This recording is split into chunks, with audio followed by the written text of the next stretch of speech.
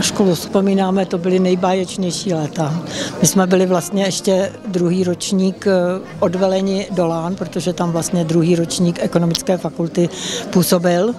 A vlastně to byl ještě rok 68, takže jsme k sobě našli velké pouto, celý ročník, a ne, že bychom se scházeli jenom po těch kroužcích, ale vlastně se scházíme celý ročník dohromady. Takže vždycky jsme sepisovali 125 obálek, 125 známek, pokud nebyl e-mail, a všechno tohle to jsme dávali dohromady. Já jsem si manželku vybral třetí den na některé z prvních přednášek. A od té doby si ji držím a od té doby ji mám. Na co si vzpomínám, byl pochopitelně život na kolejích, že jo, to je jasný, to je jako asi většina, no. Je faktem, že asi dneska ty koleje jsou o něčem jiným, než to bylo. Taky je to asi trošku dražší, než to bylo za nás. Jo, ještě jsme vzpomínali na to, že jsme měli obědy za 2,60.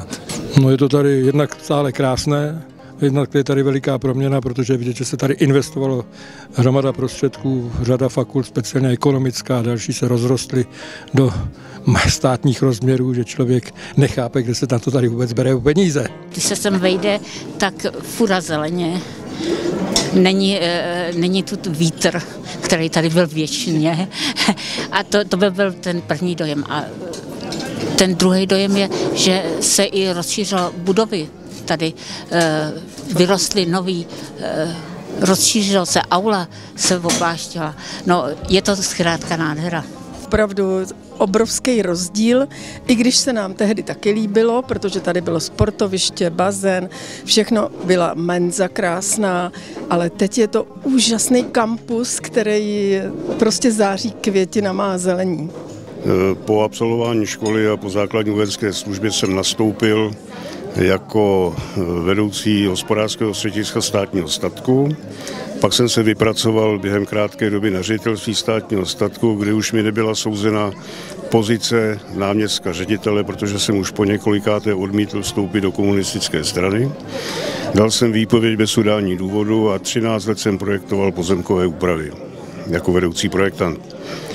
Po revoluci jsem zakládal pozemkový úřad v Příbrami, rok a půl jsem ho vedl, a po tom roce a půl jsem byl pak ředitelem pozemkového úřadu, ústředního pozemkového úřadu na ministerstvu zemědělství, kde jsem vlastně zvládl tu hlavní vlnu těch zemědělských restitucí.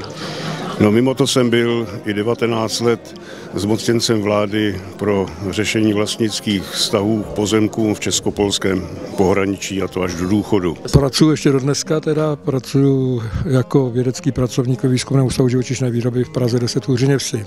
Kromě toho ještě mám nějakou malou farmu, asi 35 hektarů, kde zkouším rostlinnou výrobu, na rozdíl od své původní kvalifikace. Dělali jsme sesypný sušárny pro obilí nebo válcový sušárny na brambory, melasu a tak. Takže taky jsem zůstala dost dlouho, prakticky 25 let jsem zůstala u svého oboru. No, já jsem pracovala do poslední chvíle ve Výzkumném ústavu zemědělských strojů a pak nás koupila Desta Děčín, takže ještě pořád jsme byli v konstrukci a na nějaké stavbě strojů.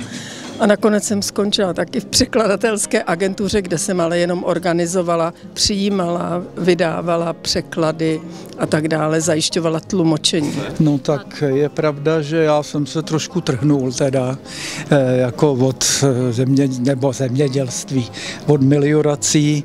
Dělal jsem teda do roku... No, přes 20 let jsem dělal v Energoprojektu Praha ve vodohospodářském oddělení. Já myslím, že škola nás připravila dobře, naučili jsme se tady jednak vystupovat, jednak mluvit, spoustu těch poznatků, že jsme tady získali, takže já si myslím, že a dala nám taky spoustu kamarádů.